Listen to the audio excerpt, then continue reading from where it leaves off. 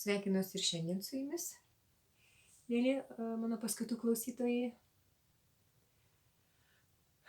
Šiandienos susitikimo tema yra pokalbis apie mikrobiotą. Mikrobiota tai yra mūsų žarnyno gyventojai. Prieš pradėdama paskaitą aš noriu jūsų paprašyti kai ko. Planuoju tęsti paskaitų ciklą, bet man labai svarbu būtų tolesniam augimui, nebūtų yra jūsų nuomonė apie mano paskaitas.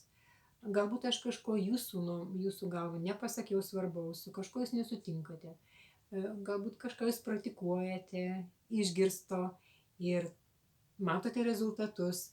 Galbūt jūs norite pasiūlyti, o aš lauksiu tokių pasiūlymų, kitų susitikimų temas. Patogiausia būtų tą daryti YouTube pačiame mano kanale, Astos Keturkienės kanale, nes aš iš karto matyčiau jūsų įrašus. Kai dalinatės mano paskaitomis, tai ne visada matau atsiliepimus, o prenumeruojant nemokamai ir pažadu aš neįkyrėsiu savo kažkokiais pasiūlymais, reklama, tai jūs gautumėt iš karto naujas, šviežias mano paskaitas.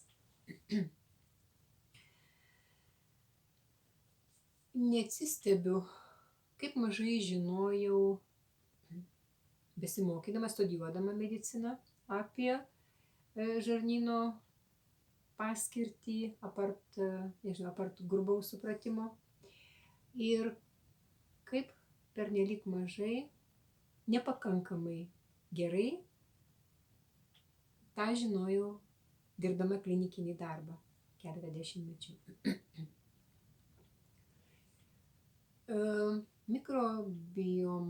Mikrobiota yra vadinama antromis smegenimis ir apie tai kalbėsiu kitų paskaitų metu, nes dėl didelės apimties ir didelės svarbos savo paskaitą aš išdalinsiu į kelias. Nes reikia viską suvirškinti, informaciją taip pat reikia suvirškinti ir per ilgai klausant dėmesys prastėja. Mūsų bakterijos yra kaip pirštų atspaudai. Tai yra, kad mes kiekvienas turime skirtingą mikrobiotą, tik mums būdinga. Ir ta mikrobiota susiformavo per visą mūsų gyvenimą. Ilgą laiką mokslininkai kreipė galvas, kodėl toks regis primityvus ryžių augalas turi 45 000 įvairių genų, tuo tarpu mes žmonės viso labo 23 000. Ir pasirodo, kad mumyse gyvenančios bakterijos, o mes turime jų 10 kart daugiau nei kad nuosavų ląstelių, turi 3,3 milijono genų. Tai tada klausimas, kieno genotipas ką įtakoja. Ir štai dėl to, kad mes turime skolintų tų genų, mums nereikia tiek savų turėti. Sveikos bakterijos, žarnyno bakterijos, tai yra 25 kartus mažesnė savo apimtimi negu mūsų. Bet kaip ten lietuvių liaudies posakį, mažas akmenukas didelį vežimą verčia. Ir jos yra vadinamos antromis smegenimis, prašau, ne vien dėl to, kad savo svoriu prilygsta mūsų galvos smegenų svoriai, apie 2,5 kg, bet apie tai kitose paskaitose. Prarytas maistas nuo burnos ertmės, kur mes jį susmulkiname dantimis ir kur jisai susipažįsta su pirmais virškimo fermentais, o jie yra angliavandenius virškinantis ir kitur žemiau tokių nėra. Slenka per skrandį, plonžarnės, kol galiausiai atkeliauja iki storų žarnų ir perdirbtas, susmulkytas, paėmus, galbūt teisingo fiziologinio proceso metu, tai kas reikalinga, atliekos keliauja lauk. Beje, kiekvieną kartą pasituštinami paliekame tiek bakterijų, kiek negyvena netgi žemė gyventojų, neturi tiek daug. Bet mes jas atsikuriame su sąlyga, jeigu tinkamai maitinamės. Ir tinkamai gyvena, ne tik maitinamės. Ir slenkant maistui vis daugėja per visą virškimo traktą tų prievaizdų. Tai yra gyvų bakterijų. Amerikos lietuvis kitame kontekste paminėjo tokį žodį mušikai. Tai mūsų tas gyvos bakterijos yra prievaizdai, kurie stovi įsirėmę ir stebėdami tų vadinamų patologinių bakterijų darbą, veiklą ir kiekį prižiūrėdami. Normaliai mes turime apie 80-85 nuošimčius sveikų bakterijų ir 15-20 tų vadinamų patogeninių bakterijų. Ir neleidžia joms daugintis, atimdamas turbūt bet kokį libido tą daryti jiems, nes jos tik tai turi bandyti išgyventi tos patologinės. Ir dar žarnyne ten tiek visko vyksta. Žarnyno sienelėse yra tokie sekliai morkos, kurie stebi ryjamo maisto sudėtį, idant siūstų žinią į smegenis, kiek kokių fermentų reikia gaminti pagal ryjamo maisto kiekį. Taip pat yra tokia autonominė nervų sistema, vadinamas enterinė nervų sistema, kuri priklausomai nuo maisto sudėties pagreitina peristaltiką, idant praviduriuotume ir tokiu būdu šalintume galimus ligos sukėlėjus, arba sukelia tas antiperistaltinės vadinamas bangas, tai yra vėmimą to pasekoje. Apie 80% visos limfinės sistemos yra aplink žarnyną. Tai šį bei tą mums turi pasakyti. Turėtų pasakyti. Ir turėtų mus skatinti prisilaikyti švaros žarnyne. Nes antraip imuninė sistema, žinoma, kad funkcionuos kur kas prasčiau. Tinkamai virškintas maistas mums tarnauja ir imuninė sistema, įsiurbus tą maistą į kraują, jį pripažįsta kaip savo, reikalingą ir taip toliau. Ir draugišką mums. Bet nebaigto virškinimo produktai įsiurbti į kraują sutinka iš imuninės sistemos pasipriešinimą. Ten daugėja imunoglobulinų G klasės, lėtinio tipo alergija ir sukelia tokiu būdu autoimuninės ligas. Tai gali būti ir cukrinį diabetą, skydliaukės uždegimą ir daugybę kitų bronchinių astmą, įvairias ten odos ligas ir taip toliau. Nes dabar autoimuninės kilmės ligų tik tai daugėja. Tai tos kariaunos, tų nesveikų, o tas dalinimasis į sveikas, nesveikas bakterijas yra sąlyginis. Kol jų atitinkamas kiekis yra nedidelis, tai viskas tvarko, jos yra tik sąlyginai patogenės. Reiškia, jos turi potenciją sukelti kokią nors ligą arba iškadą mūsų organizme ir pakenkti mums. Bet kol jos prižiūrimos, tai jos tegul savo ir būna. Nematyti, o jų iš tikrųjų reikia, antraip neturėtume jų. Ir nuo 90 iki 100 autorių nuomonė visų ligų priežastimi yra neteisingos gyvų ir blogų, tų sąlyginai blogų bakterijų proporcijos. Taigi bet kokios minėtos žarnyno problemos, nealkoholinės kilmės kepenų suriebėjimas, steatozė, metabolinis sindromas, tai yra nutukimas, atsparus insulinui cukrinis diabetas, nusilpęs imunitetas, energijos stoka, endokrininės lygos, širdies kraujagyslių sistemos lygos, reumatoidinis poliartritas, onkologiniai susirgymai, odos lygos, burnos ertmės problemos, bronchinė astma ir daugybė kitų lygų į žvalgaus gydytoją turėtų būti siejamos su netvarka žarnyne. Tai kas tuos mušikus silpnina, kas jų sveikatą įtakoja? Pasirodo, kad labai svarbus gyvų bakterijų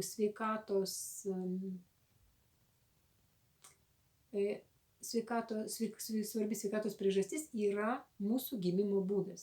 Jeigu mes gimėm per natūralius takus gimdymo, tai iššiose buvę visiškai sterilioje terpė, reiškia neturėdami ir žarnyne jokių bakterijų, slinkdami gimdymo takais mes susipažįstame su bakterijomis ir jos mumise pasisėja, kolonizuojasi. Jeigu gimstame per cezario pjūvį, tai tuomet pirma pažintis yra su odos bakterijomis, ant odos paviršiaus esančiomis bakterijomis. Ir tada visiškai nepalankiai mums kitoniškos žarnyno bakterijų kolonijos formuojasi su kitokiomis savo paskirtimis, funkcijomis atliekamomis. Lietuvoje šiuo atveju dar gera statistika. Gimstama per cezario pjūvį gimsta kas 5, tarkime, Jungtinėse Amerikos valstijose kas 3 vaikas ir yra šalių, kur kas 2, pavyzdžiui, Kipras, Rumunija. Toliau, kita labai svarbi priežastis yra, ką mes gavome.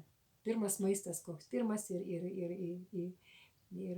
apskritai mūsų maistas kūdikystėje. Ar mes buvome maitinami motinos pieno. Jis ne tik tai, kad mums perduoda sveikas bakterijas, bet tuo pačiu per jį gauname ląstelienos, kuri yra tiesiog būtina sveikų bakterijų išlikimui, dauginimuisi. Žinoma, su sąlyga, jeigu motina atsakingai ruošiasi naujos sielos pakvietimui ir jeigu ji nešiodama kūdikį gyveno atsakingai, ne bet ką valgė, ne bet kaip gyveno, o kaip tą daryti, mes kalbėsimės paskutinėme mūsų šitų paskaitų cikle. Paskutinėje paskaitėlėje. Per pirmą 6 mėnesius mes sėjamės žarnyne atitinkamų rūšių bakterijas. Ir tos bakterijos ne šiaip savo, kad jos ateityje virškins maistą, ten daug ką gamins, ką mes kalbėsim, bet jų tikslas yra treniruoti imuninę sistemą. Tai reiškia, kad per pirmus 2-3 metus jos moko atskirti, pažinti imuninę sistemą, kas yra kas. Ir be šitų bakterijų imuninė sistema nesiformuotų tokia, mūsų gynyba labai stipriai nukentėtų. Svarbus faktorius mūsų žarnyno sveikatai yra tai, ar mes augome mieste ar kaime. Kodėl? Todėl, kad kaime vaikai laksto per balas, ten, nežinau, žaidžia kuo ten ir purvinė, ir grįžta kaip šerniukai, ir nusiskynę kažką nulysęs ten suvalgo, nesakau, kad visada tai reikia daryti, galima gauti, tarkime, per braškes ir askarydžių kiaušinėlius, bet kažkokį obuolį nusiskynę ir apdulkėjusi. Miestuose žmonės dėja ir ne karantino, ne pandemijos laikotarpį nešiosi antibakterinius skysčius, nemažai kas taip daro, taip toliau, reiškia, mes ir antibakteriniai muilai, kuriais yra sunaikinamas sveikos odos bakterijos. Ar yra augintinis ar ne, tai taip pat įtakoja mūsų žarnyno gyventojus, jų proporcijas. Kai su maistu gaunama daug įvairių konservantų, žinoma, kad jie naikina gyvas bakterijas, sveikas bakterijas. Lietuvoje yra leidžiama tų apie 460 berods, Europoje virš 1000 leistinų maiste. Mityba, jeigu mes valgome rafinuotą maistą, perdirbtus, tai reiškia angliavandenius, tos aukščiausios rūšies miltus, kepinius, bandeles, blynus iš jų, makaronus iš jų, nežinau, ką dar, ten manų košę ir vaikams tą duodame ypač, tai ko galima tikėtis, kad vaikai sirgs, nes jų imuninė sistema bus prasta dėl nepakankamai išsivysčiusių bakterijų, o priešingai dėl joms nykstant, dėl išvešėjusių patogeninių bakterijų, tame tarpe ir dėl puikios terpės parazitams daugintis. Stresas labai alina imuninę sistemą, nes keičiasi biochemija ir prastėja virškinimo kokybė, mes užsiteršime. Kitos komandos organizmui yra duotos gintis arba pulti. Ir jeigu to daryti nereikia, tai tada, jeigu mes nuolat stresuojame, tai žinoma, kad mes nukenčiame, mūsų sveikata nukenčia. Bet kokie vartojami intoksikantai, tai yra alkoholis, bet kokie kvaišalai, nežinau, rūkymas, nikotinas, prastina žarnyno bakterijos, vienareikšmiškai. Ir vaistai. Kažkada, kai pradėjau dirbti dar gydytoja, tai dirbau ir greitosios pagalbos stoty gydytoja, ten reanimacinį, kardiologinį brigadą, arba atvažiuoju kvietimus, ištraukia močiutės sekcijų stalčius su visokiausiais vaistais. Ir pasakyk, daktarėlė, nuo ko kas yra ir kiek vartoja antibiotikų, antibijos prieš gyvybę. Aš nesakau, kad turim būti fanatikais ir jokių atveju nevartot. Yra, aš kaip reanimatologė, gydytoja reanimatologė sakau, yra situacijų, kada tai yra neišvengiama, bet mes turime siekti gyventi taip, kad kuo rečiau sirgtume arba apskritai nesirgtume ir kad susirgę pasveiktume kuo greičiau ir turėti žinias, kaip mums apsivalyti organizmą, kaip mums atsistatyti po būtino vaistų vartojimo. Anksčiau, ankstesniuose moksliniuose ar kokiuose tai straipsniuose žarnynas po antibiotikų vartojimo buvo prilyginamas kaip su miškais po Amazonių džiunglių, gaisrų Amazonių džiunglėse, dabargi galime lyginti turbūt su Australijos miškais po gaisrų. Na ir chemoterapija, spindulinis gydymas, žinoma, kad visiškai sunaikina, ko ne visiškai sunaikina gyvas bakterijas. Kontraceptikai, nesteroidiniai priešuždegiminiai, tokie kaip nimezilis, ten ibuprofenas ir taip toliau, steroidiniai, hormoniniai, prednisolonas, hidrokortizonas ir kiti opiatai, antipsichotiniai, tai reiškia migdomieji, kai kurie, taip pat statinai, cholesterolį mažinti, grubaus poveikio vaistai, neveikiantys į priežastį, kaip ir visi vaistai. Metforminas, priešpodagrinis vaistas.